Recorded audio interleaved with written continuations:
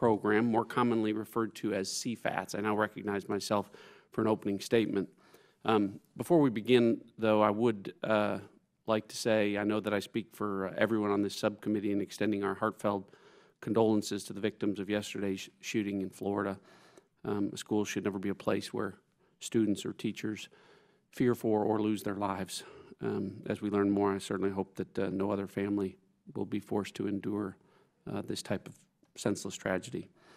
The CFATS program began in 2007 in order to keep dangerous chemicals out of the hands of terrorists seeking to do our nation harm. Since then, the program has grown and strengthened through the tireless work put in by the men and women at the DHS and through the relentless effort of industry to keep their facilities secure. The daily management and security of high-risk chemicals is not an issue that the government can solve on its own. Working with industry stakeholders in this area is an integral part and aspect of our nation's continuing counterterrorism efforts. By identifying high-risk facilities and ensuring that they have appropriate security measures in place, the risks associated with these chemicals can be heavily mitigated. Especially after recent tragedies, greater collaboration between government and facility owner-operators also can provide confidence and peace of mind to the American public.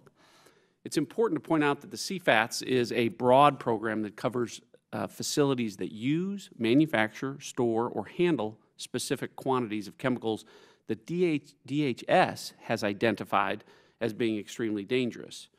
As shown by the various industries that our witnesses come from, facilities under this program touch all aspects of our economy, such as energy and healthcare, mining, agriculture, electronics, and plastics. The need for Congress and DHS to get this program right is both a national security and economic imperative. The CFATS program has used risk-based performance standards such as perimeter security, access control, and cybersecurity to examine and evaluate a facility's security posture. While it is up to individual owner-operators of a CFATS-covered facility to choose what programs best ensure the security of stored chemicals, a high-risk facility ultimately must implement stringent standards as set forth in CFATS. As DHS previously stated before this subcommittee, the significant reduction in the number of chemical facilities that represent the highest risk is an important success in the CFATS program and is attributable both to the design of the program and the work of CFATS personnel and industry at thousands of chemical facilities.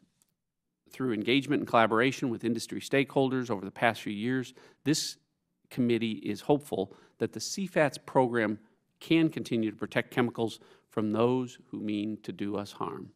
I'd like to thank our panel for taking time today to testify. Your thoughts and opinions are very important as we oversee the Department of Homeland Security in meeting its duties under the Chemical Facilities Anti-Terrorism Standards Program.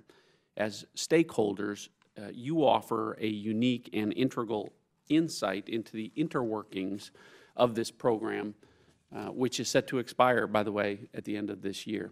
I look forward to a robust conversation with our distinguished panel today that will support our efforts in overseeing the CFATS program.